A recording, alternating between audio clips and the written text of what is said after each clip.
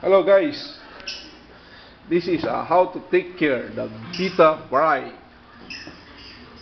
Here I have two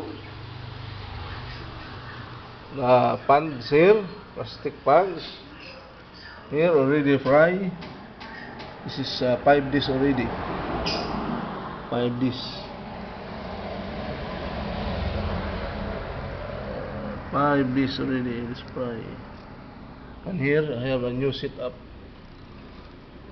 for Vita. The blue one is the male, inside is the female. This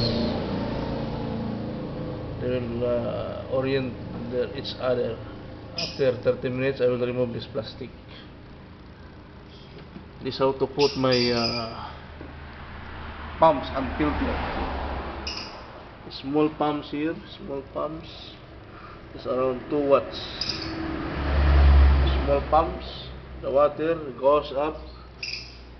This goes up. This is my invention.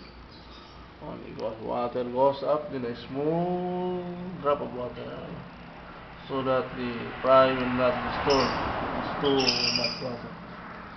Then the water will flow here. This is another pans for the new setup, and when the run goes down here to this filter, so they'll filter the water, that the water will not be stagnant and the smell will not become bad. So when I clean the water, I will clean here only. Here only. Here I will clean the water. Here don't touch. The fry will be die. Okay? So here only, when I change the water, I will change the water. Kalas. Okay guys, see you for the next video. My setup.